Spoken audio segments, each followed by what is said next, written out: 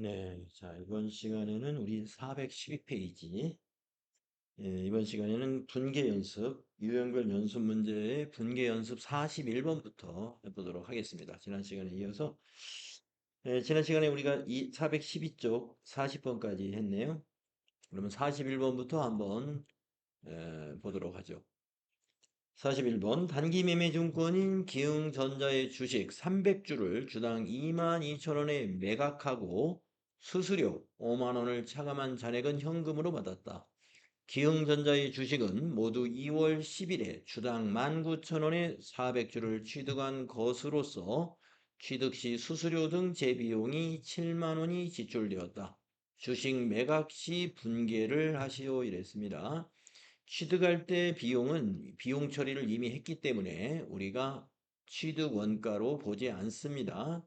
따라서 이번에 300주를 처분한 요 주식은 취득 원가가 19,000원짜리입니다. 19,000원. 이거를 400주 샀었는데 이번에 22,000원에 매각한 거니까 한 주당 3,000원의 이익이 발생하겠죠?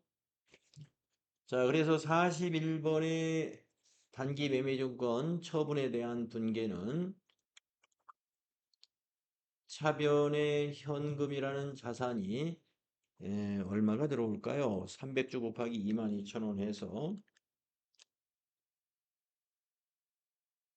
660만 원인데 5만 원의 수수료가 빠졌으니까 빼기 5만 원 하시게 되면은 655만 원의 현금이 증가하게 되겠습니다.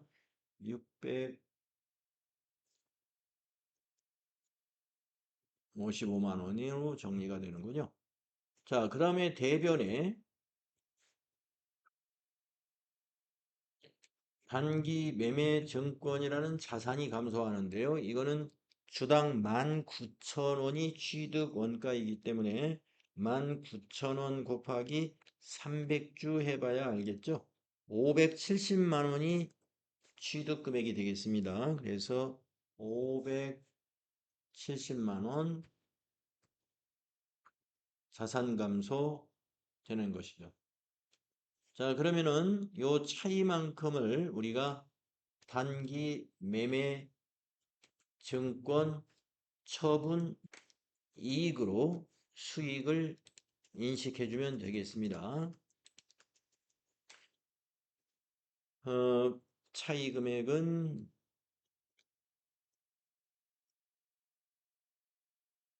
85만 원으로 85만 원을 인식해 주면 됩니다. 단기 매매증권 처분이익 85만 원 이렇게 되겠습니다. 다음은 42번의 분계 보도록 하죠.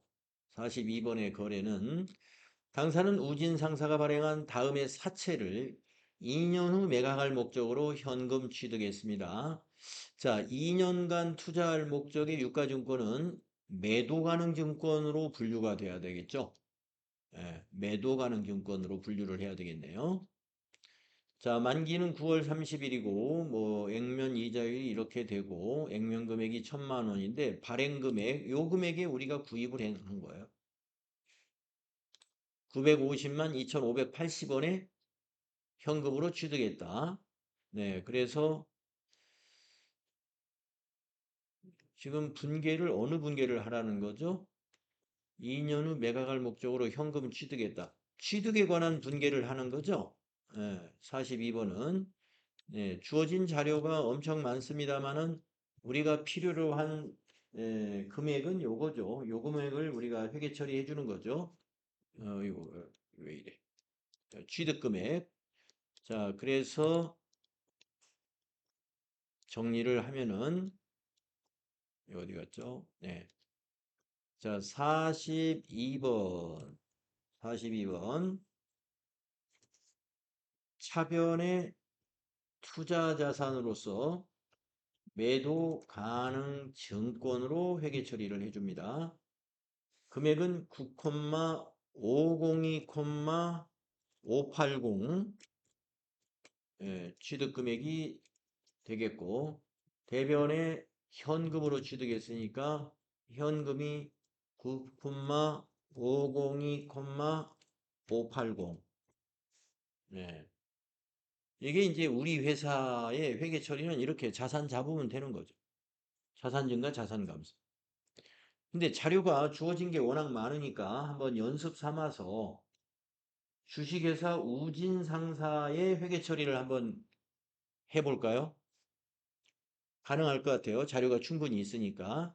자, 주식회사 우진 상사는 채권을 발행한 회사잖아요. 액면금액 1,000만 원짜리 사채를 요 금액으로 발행을 합니다. 네, 그러면 우리 발행 시 회계 처리를 해주면 되죠. 자, 그러면 자료가 있으니까 연습 삼아서 우진 상사의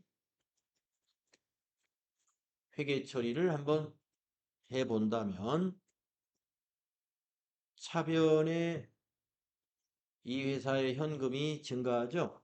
9,502,580.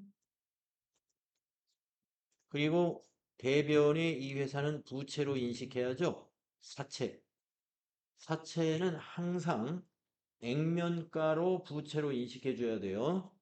왜냐하면 만기 때 액면가를 돌려주어야 되기 때문에 사채를 발행하는 회사는 사채를 인식할 때 액면가를 사채의 금액으로 인식을 해줘야 됩니다. 그렇게 되면 이제 차이 금액이 뭐냐면은 사채를 할인 발행했기 때문에 사채의 차감 계정이라고 하죠. 사채 할인 발행 차금. 사채 할인 발행 차금은 사채의 차감 계정으로서 회계 처리할 때는 차변에 회계 처리하고 재무상태표에 표시할 때는 사채 밑에 차감 계정으로 표시하게 됩니다.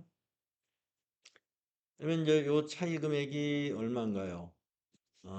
4, 9, 7, 4, 2, 0인가요? 네. 497, 420만큼 할인한 거예요. 그래서 우진 상사의 사채 발행 시 회계 처리는 이렇게 돼요. 이 사채를 매입한 우리 회사는 이렇게 합니다. 그래서 42번 문제는 우리 회사 입장에서 현금 취득했다 했기 때문에 요 분계만 하면 되는 거죠. 요 분계만.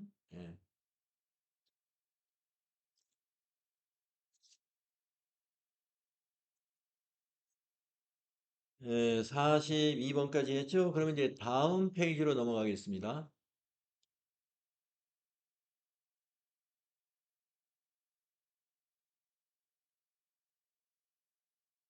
43번. 대표이사가 업무용으로 사용할 3000cc 승용차 구입 시 이에 대하여 의무적으로 구입해야 하는 액면금액 100만 원, 공정가치 70만 원인 채권, 공채죠. 이것을 매도가능증권으로 분류하기로 했고 액면금액으로 취득하면서 채권에 대한 대가는 현금으로 지급했다. 자, 이 채권 취득에 관한 회계 처리하라는 겁니다. 자, 그러면 매도가능증권으로 분류하시오 그랬으므로 차변에 매도가능증권 인식을 뭘로 해야 되느냐면요. 공정가치로 인식하는 거예요. 시장에서 사면은 70만 원에 살 수 있는 유가증권이었기 때문에 매도가능증권은 70만 원으로 인식을 해주고 대변에 현금을 지급한 것은 액면가로 그 기관에다가 지급한 거니까 100만 원의 자산이 감소했습니다. 그러면 30만 원을 우리가 더 지불하면서 액면가로 구입한 이유는 원인이 바로 이 업무용 승용차 때문이죠. 이거를 등록하면서 의무적으로 구입을 해야 되는 거였어요. 그래서 차량의 등록과 관련된 비용입니다. 그래서 차량의 취득 원가로 봐야 되기 때문에 개정 과목은 차량 운반구라고 하는 유형자산으로 회계 처리해야 돼요. 차량 운반구 30만 원 이렇게 인식을 해줘야 돼.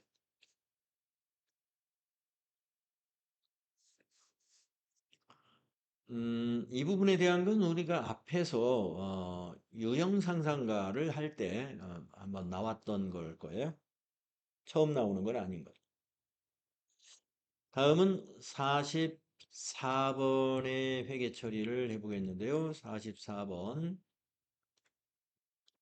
예, 좀 복잡해 보이네요. 44번. 당사가 보유 중인 매도 가능 증권, 가로 열고 단기의 처분 의도는 없다. 예, 그러면 계속 매도 가능 증권이라는 얘기입니다. 이것을 다음과 같은 조건으로 처분하고, 어? 처분했어요? 처분하고 현금을 회수했으며, 전년도 기말 평가는 일반 기업회계 기준에 따라서 처리했다. 예. 자, 우리가 매도 가능 증권을 우리가 분류하는 이유는 장기 투자를 하기 때문에 매도 가능 증권입니다. 그래서 처분할 의사는 없었어요. 그런데 갑자기 상황이 처분할 수밖에 없는 상황이 되어서 이번에 처분을 하게 되었다. 그러면 매도 가능 증권에 왜 전년도 회계 처리된 것을 참고해서 회계 처리를 해야 하느냐 하면은 매도 가능 증권을 이렇게 장기간에 보유하고 있으면 기말에 유가증권 평가를 하거든요. 그래서 보다시피 전년도에 결산 때 공정가치 1,500만 원으로 평가를 해놨어요. 그러면 이 매도 가능 증권의 현재 원가는 1,500인 거예요. 또한 전년도에 평가할 때 그 전에 평가 또는 취득한 금액하고 이렇게 비교해 가지고 감소했으면 매도 가능 증권 평가 손실이요. 증가했으면 매도 가능 증권 평가 이익이 있었던 거죠. 근데 우리가 매도 가능 증권의 평가 이익이나 손실은 지난해 결산 때 손익으로 반영시키는 것이 아니라 자본으로 유보시켜 놓았기 때문에 해당 주식을 처분하잖아요. 해당 주식이든 채권이든 처분했으면 이 자본에 유보시켜 놓은 매도가능증권 평가 이익이나 손실도 같이 정리를 해줘야 돼요. 그래서 매도가능증권 처분에 대한 회계 처리를 할 때는 그 매도가능증권과 관계되어 있는 기타 포괄 손익 누계액, 즉 매도가능증권 평가 손익이 있는지 찾아서 같이 정리를 해야 됩니다. 그래서 표에 이렇게 나타내 준 겁니다. 즉, 이 문제는 처분 당시 매도 가능 증권 처분 이익이 500만 원 있었다는 것을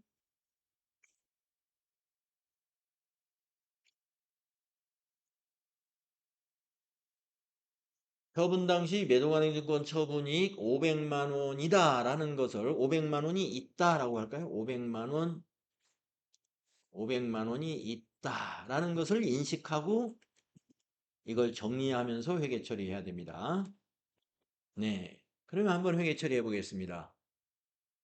자, 1,200만 원의 처분을 했어요. 그럼 뭘로 돈을 받았느냐? 네, 현금으로 받았네요. 그러면 차변에 현금 1,200만 원 증가시키죠.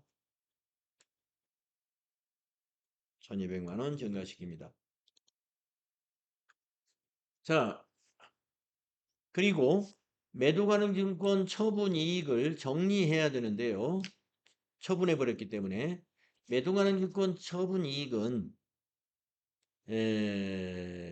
자본을 증가시키는 기타 포괄손익 누계액을 증가시키는 대변 항목이에요. 그래서 정리할 때는 차변에 정리하는 겁니다. 그래서 차변에 매도가능증권 틀렸네요. 처분이익이 아니라 이거 평가이익이었죠? 예, 평가이익. 예, 고치겠습니다. 평가이익. 예, 평가이익입니다. 평가이익을 제가 지금까지 처분이익이라고 예, 잘못 말했어요. 매도가능증권 평가이익 500만 원이 있다. 그거는 이렇게 비교를 한 거예요. 이렇게 비교. 그거를 정리해야 됩니다. 자, 그리고 이제 대변에 처분한 자산을 정리해야죠. 매도 가능 증권을 대변에 기록합니다. 어느 금액으로 처분 금액을 인식해야 될까요? 예, 처분 금액이 아니라 장부 금액은 지난 전년도 기말에 공정가치로 평가한 그 금액이 장부예요. 그래서 장부 금액 1,500만 원을 정리해 줘야 됩니다. 자, 이렇게 해놓고 차변과 대변을 비교해 보면은요, 차변이 200만 원이 더 많지 않습니까? 그 200만 원이 처분 이익이 됩니다. 처분 이익은 손익계산서로 가야 되죠? 수익 발생은 대변이니까 대변에 매도 가능 증권 이번에는 처분 이익이 됩니다. 처분 이익 200만 원을 인식해 주면 됩니다. 좀 복잡하죠?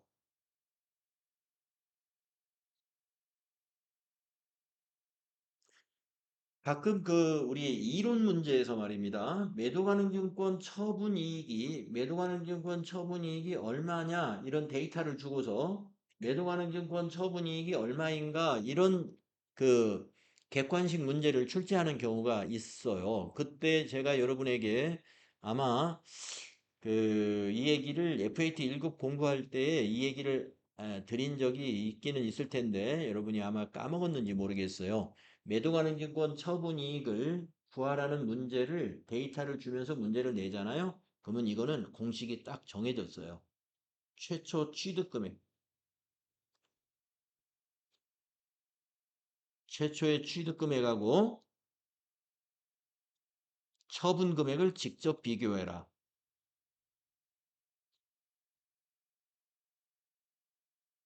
중간에 평가금액을 완전히 빼고 따져보면 돼요. 즉 얼마에 취득했고 처음에 마지막에 얼마에 처분했는가 이렇게만 따져보면 매도가능증권 처분이익은 바로 답을 찾아낼 수가 있어요. 그럼 한번 비교를 해볼까요? 최초에 취득한 것은 전년도 1월 31일입니다. 1,000만 원에 취득했었죠.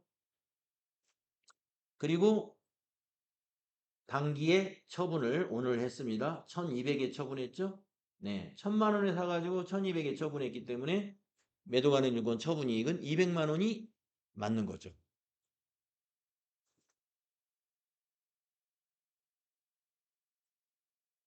우리가 단기 매매증권의 처분이익을 구할 때는 지난해 말 평가를 했으면 단기 매매증권은 이렇게 비교를 하죠.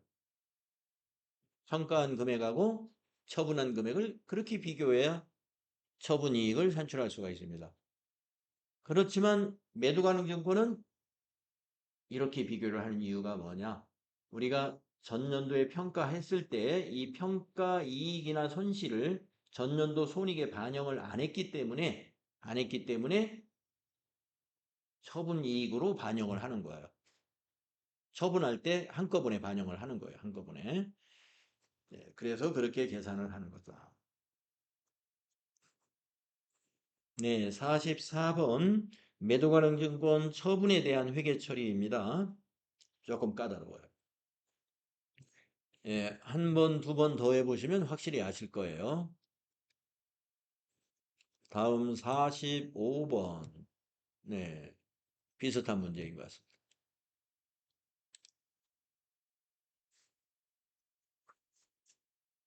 45번.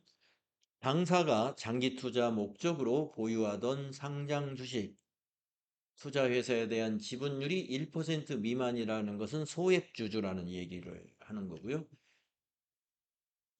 장기 투자 목적으로 보유하고 있는 상장 회사의 주식이라면은 시장성이 있는 장기 투자 목적의 유가증권이다. 즉 주식이다.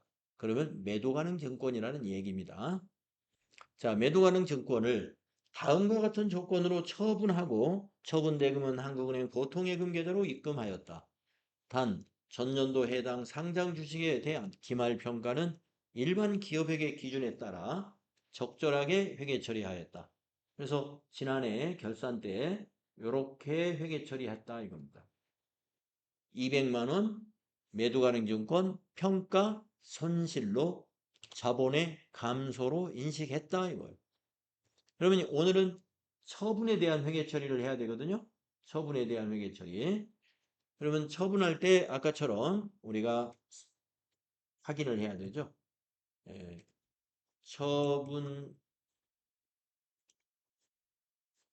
당시 매도 가능 증권 평가 손실이 200만 원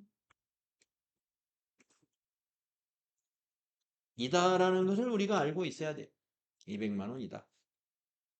그러면 이걸 정리해야 돼요. 처분할 때는. 자, 그래서 차변에 이번에는 보통예금에다 입금을 시켰으니까 보통예금 한국은행에 600만 원에 처분했으니까 600만 원을 입금했다는 얘기겠죠. 대변에 매도 가능 증권의 장부 금액을 기록해야죠. 매도 가능 증권의 장부 금액은 지난 전년도 기말에 평가한 금액이니까 500만 원으로 장부 금액이 돼 있는 거예요. 그런 다음에 그 매도 가능 증권 평가 손실을 정리해야 되죠. 매도 가능 증권의 평가 손실은 자본의 감소 항목이기 때문에 이 잔액은 차변에 존재하는 겁니다. 자본 감소가 차변이잖아요. 그래서 정리할 때는 반대쪽 대변에 정리가 됩니다. 매도 가능 증권 평가 손실 정리는 대변에서 일어난다. 200만 원 정리하면 되겠습니다. 이렇게 정리를 다 하고 차대변을 비교를 해보면은요. 대변이 100만 원 더 많습니다. 예, 그러면 차변에 손실이 났다는 얘기예요. 차변에 매도 가능 증권 처분 손실이 발생했다는 얘기입니다. 100만 원이 차변이 작죠? 매도 가능 증권 처분 손실 100만 원 인식해주면 맞는지 보시면 되겠습니다. 자, 아까 말씀드린 대로 매도 가능 증권 처분 손익은 최초의 취득 금액과 마지막에 처분한 금액을 직접 비교하시라 그랬단 말이에요. 자, 700만 원에 전년도 1월 31일에 샀고 당기에 600만 원에 처분했습니다. 100만 원 손실을 봤죠? 그래서 처분 시 회계 처리는 이렇게 하면 된다. 네. 두 개 해보니까 이제 매도하는 증권 처분에 대한 회계 처리가 가능하시겠죠?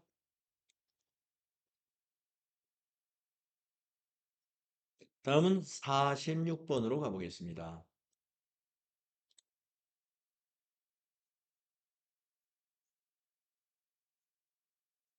46번. 미국 뉴욕은행으로부터 금년 1월 10일 차입한 단기 차입금 10,000달러에 대해 원화를 외화로 환전하여 상환했다. 자, 차입금을 상환했습니다. 외화 부채를 상환할 때는 환율 차이에 의한 이익이 날 수도 있고 손실 부분이 발생할 수도 있어요. 그것을 같이 정리하는 회계 처리가 필요합니다. 자, 상환 당시 환율은 달러당 1,200원, 차입 당시 즉 단기 차입금은 1,300만 원이었습니다. 환전 수수료 등 기타 부대 비용은 없다고 가정하고 차입금 상환에 대한 회계 처리를 해라는 얘기죠. 자, 그러면 차변에 부채 감소, 단기 차입금, 거래처는 뉴욕은행으로 되어 있죠. 코드 걸어줘야 되겠고. 자, 지금 차입 당시 금액 원화로 되어 있으니까 차입 당시 금액인 장부 금액을 감소시켜야 됩니다. 1,300만 원 부채 감소이고요. 대변에 자, 자산이 감소해야 되겠죠. 부채를 갚았으니까. 그러면 얼마의 자산이냐, 그리고 무슨 자산이냐 보니까 원화로 환전했고 차입금을 원화로 외화로 환전하여 상환했다. 현금으로 준 것 같습니다. 현금. 뭐 보통 예금에서 이체시켰다 이런 말 없으니까 현금으로 하겠습니다. 네, 현금으로 하겠는데 자, 10,000달러인데요. 우리가 차입한 것이 10,000달러 외화로 상환할 때 환율이 1,200원이에요. 그러면 1,200만 원이겠죠? 1,200만 원. 수수료나 부대 비용이 없다고 그랬으니까 대변의 현금이 1,200만 원이 감소하게 되는 것입니다. 자, 이렇게 해놓고 이제 보게 되면은 부채 1,300만 원을 상환하는데 현금은 1,200만 원으로 상환한 거예요. 그러면 100만 원의 차이가 있습니다. 이 차이는 우리가 외화의 환율 때문에 그래요. 그래서 이것을 이익을 봤으니까 외환 차익이라고 영업의 수익으로 보는 개정 과목이 있죠. 외환 차익 100만 원. 영업의 수익에 외환 차익으로 인식을 해주면 됩니다.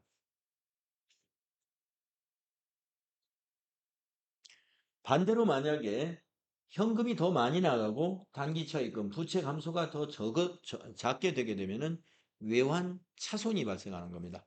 외환 차익의 상대 개정 과목은 외환 차손.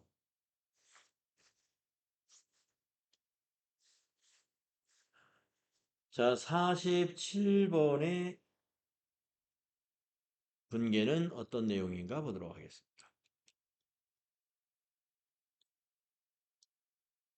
이것도 환율과 관계된 거래의 문제를 낸 것 같아요.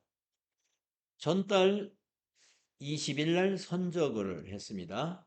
미국 블랙홀사의 외상으로 수출한 제품의 수출대금 12만 달러를 금일 달러화로 송금 받은 후 즉시 원화로 환전하여 한국은행 보통예금 계좌에 입금하였다. 이렇게 돼 있어요. 예. 그러면 수출대금 12만 원을 받은 금일의 환율로 보통예금을 증가시켜야 되겠죠. 자, 금일 환율은 달러당 1,320원입니다. 자, 그러면은 1,320원 곱하기 수출한 금액이 외상 매출 금액이 12만 달러니까 1,320원 곱하기 12만 하게 되면은 158,400,000이 나오는군요. 그러니까 차변의 보통예금 한국은행이 158,400,000,000이라는 얘기입니다. 자, 그러면 이게 무슨 돈이에요? 외상 매출금이 입금된 거예요. 대변의 외상 매출금 거래처가 우리나라 거래처가 아니고 미국에 있는 거래처란 말이에요. 블랙홀사라는 블랙이라고 하겠습니다. 자, 그러면 우리가 외상매출금을 인식할 때 장부 금액이 얼마였을까를 계산을 한번 해보면은요. 여기서 20일 날, 전월 20일 날, 전달 20일 날 선적을 했고, 전달 20일에 적용 환율이 1,300원이었어요. 그러면 우리는 외상매출금을 선적일을 공급일로 해서 이 외상매출금을 인식하거든요. 선적일을. 그렇기 때문에 1,300원으로 외상매출금이 기록이 돼 있다. 그러면 12만 달러니까 12만 달러 곱하기 당시 환율 1,300원으로 외상매출금의 장부 금액을 알 수가 있습니다. 그래서 외상매출금의 장부 금액이 156,000,000이에요. 계산하니까 156, 000, 00. 네. 외상매출금을 감소시킬 때는 외상매출금의 장부 금액만큼 정리를 해야 되죠. 자, 결국에 외상매출금 장부 금액 156만 원 정리하는데 받은 거는 더 많이 받았단 말이에요. 이것은 환율 때문에 그런 겁니다. 그래서 이것도 외환 차익이 발생했어요. 요 차이가 240만 원. 240만 원 외환 차익.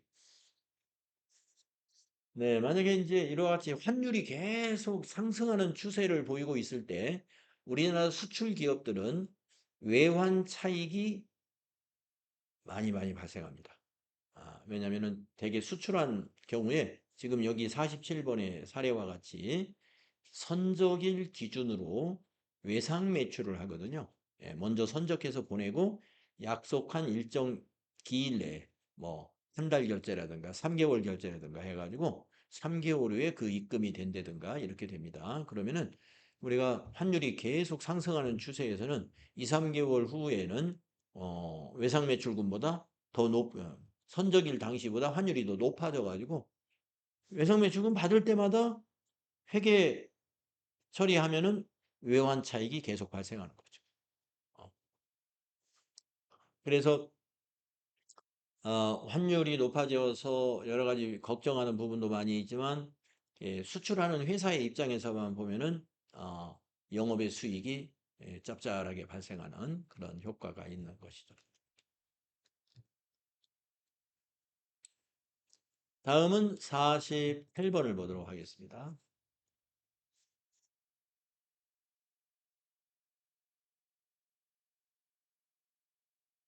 네, 전기말 일본 혼다사의 무이자로 단기 대여해준 100만 엔을 금일 한국은행 보통예금 계좌로 상환받았습니다. 단 상환 시 적용된 환율은 100엔당 1,000원이요. 단기 대여금은 900만 원이었습니다.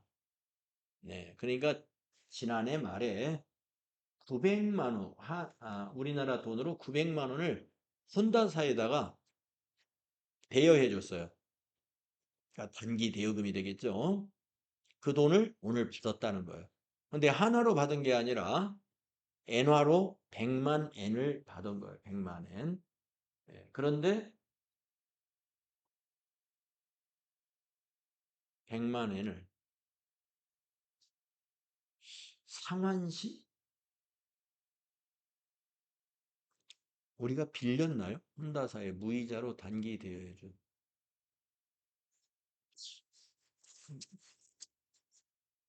요게 상환시는 아니겠죠? 전기말 일본 혼다사에 무이자로 단기 대여해준 100만 엔을 금일 한국은행 보통예금 계좌로 상환받았다. 이거 상환받았다. 그래서 상환시에도 말이 되나요? 예. 하여튼 여기서 우리가 갚았다는 얘기는 아니고 우리가 받았다는 거예요. 그래서 상환받은 날 적용 환율이 100엔당 1,000원이었습니다. 이런 얘기입니다. 자, 그러면은 보통 예금에 얼마가 입금이 됐을까요?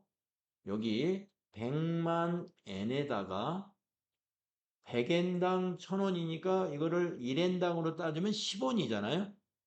천만 원이 보통 예금에 입금이 된 거죠. 예, 그렇게 정리가 되겠습니다. 그래서 차변에 보통 예금 한국은행에 천만 원 증가하게 되고요. 대변에 단기 대여금 혼다 사건 자산은 감소시키는데 전기 말에 우리가 100만 엔을 빌려줬을 때 그때 환율은 아마 100엔당 900원이었나 봐요. 그래서 단기 대여금 잔부 금액이 900만 원이다 이런 얘기입니다. 그때는 100엔당 900원이었기 때문에 그런 걸로 보이죠. 그래서 900만 원의 단기 대여금이 감소합니다. 그러면 역시 여기서 100만 원의 차이가 나는데 이거 역시 외환 차익이에요. 외환 차익 100만 원 인식해 주면 됩니다.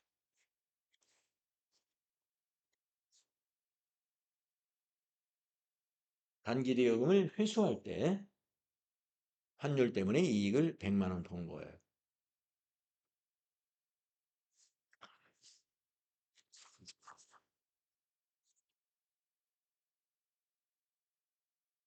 자, 그러면 이제 49번으로 가볼까요? 다음 페이지로 넘어가죠. 당사는 전년도 8월 9일에 일본에 소재한 교토 상사로부터 원재료 100만 엔을 구매하면서 이를 외상매입금으로 처리했습니다. 금일 동 외상매입금 전액을 현금으로 상환했습니다. 단 전기말 외화자산 부채와 관련해서는 적절하게 평가했습니다. 네, 그러니까 이게 전년도 8월 9일 날 외상매입금이 있었는데 그 당시 환율은 100엔당 1000원이었어요. 그런데 이게 전년도 말에 이걸 평가했어요. 결산 때 이 외상매입금을 환율을 적용해 가지고 900원으로 평가했습니다. 100엔당. 그러면 외상매입금 장부 금액은 이 평가한 금액으로 남아 있게 됩니다. 그래서 우리가 이 상환을 할 때는 이 100엔당 900원을 상환한 거예요. 즉 100만 엔이기 때문에 100엔당 900원이면 1엔당 9원이 되니까 외상매입금의 장부 금액은 900만 원이었던 거. 바로 이것을 상환한 것으로 회계 처리해야 돼요. 자, 그러면 49번에서 부채 감소 외상매입금이 차변에 와야 될 금액을 어떻게 인식해야 될까요? 부채 감소는 지난해 결산 때 평가한 100엔당 900원을 적용한 900만 원이 되겠습니다. 외상 매입금 거래처 교토의 장부 금액은 900만 원이 됩니다. 그래서 900만 원의 부채 감소를 시키고 자, 대변에 우리가 외상 매입금을 현금으로 상환을 했는데 우리가 100만 엔을 엔화로 이걸 한국 돈을 엔화로 바꾸려면 상환시 환율을 적용해서 바꿔야 되겠죠. 그래서 100엔당 950원이니까 1엔당 9.5원. 자, 9.5 곱하기 100만 엔 하게 되면 950만 원이 되겠군요. 그래서 대변의 현금은 950만 원이 감소한다. 자, 외상매입금 900만 원을 상환하는데 현금이 950만 원이 감소됐어요. 따라서 손실을 입었기 때문에 이 손실은 환율 때문에 발생한 손실이죠. 외환 차손, 외환 차손 50만 원이 되는 겁니다.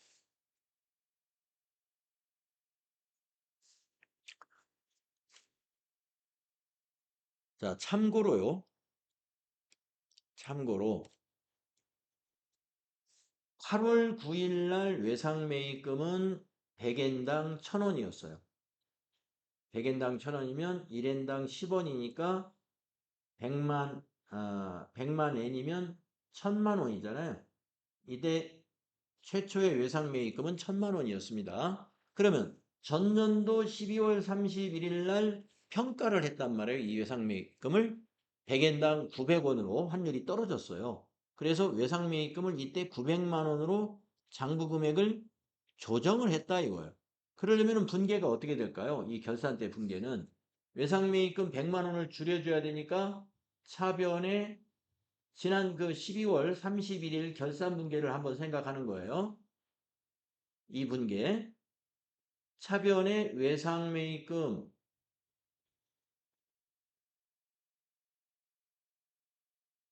100만 원을 줄여줍니다.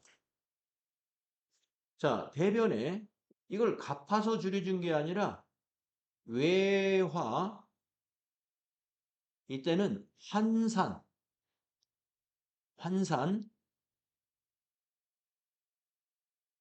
손실, 이익이죠. 이익. 외화 환산 이익.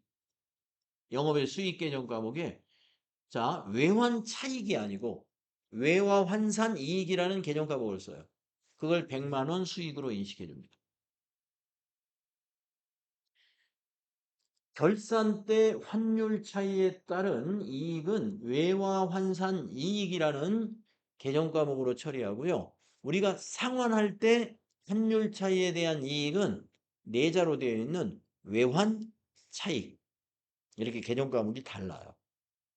결산 수정 분계 때 환율, 부채나 자산을 외화 자산이나 외화 부채를 평가할 때 그 환율 차이를 인식할 때는 외화 환산 이익이나 외화 환산 손실 이렇게 6글자로 되어 있는 개정 과목으로 수익이나 비용을 인식하시는 거고 상환이나 또는 회수할 때는 4자로 되어 있는 개정 과목 외환 차익, 외환 손실, 외환 차손, 외환 차익, 외환 차손 이런 개정 과목으로 정리한다라고 함께 알아두시면 되겠습니다.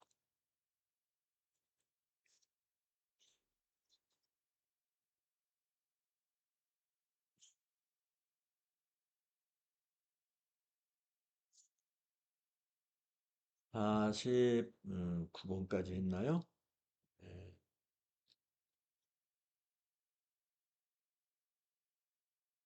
50번까지만 할까요? 뉴욕은행으로부터 차입한 외화 장기 차입금 10,000달러 이것과 이자 200달러에 대해 거래은행에서 원화 현금을 달러로 환전하여 상환했다. 네, 차입금, 외화 장기 차입금, 그 다음에 이자, 오늘 상환을 했습니다. 장부상 회계에 처리한 적용 환율 1달러당 1,000원, 상환 시 적용 환율은 달러당 1,100원이었습니다. 차입금을 상환할 때 환율이 오르면은 손실이 발생합니다. 외환 차손이 되겠죠.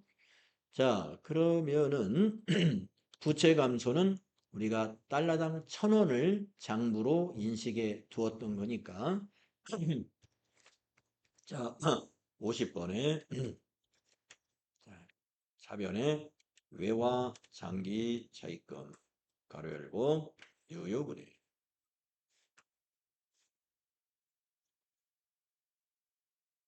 자, 10,000달러였어요. 10,000달러고 당시에 환율은 1,000원이었으니까 1,000만 원이 되겠네요. 1,000만 원 부채 감소하고 이자 비용을 지급했죠. 오늘 만기 때 이자 비용 200달러를 지급했는데 이자 비용은 우리가 지급하는 날 환율로 비용을 인식해야 되죠.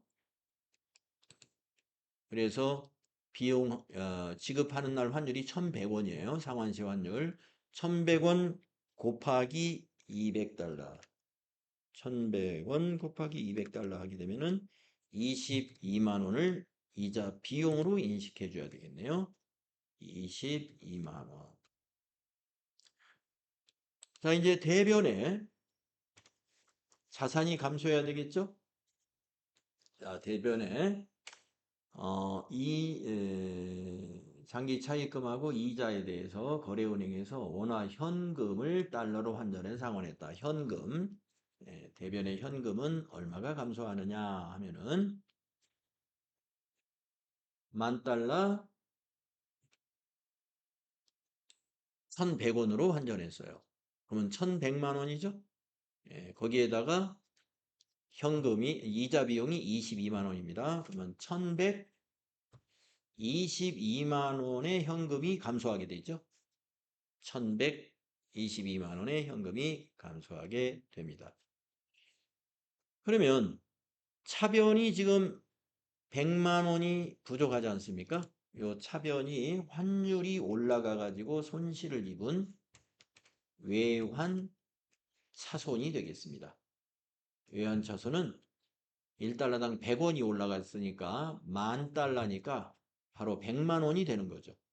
그래서 외환 차손 100만 원 인식해 줍니다.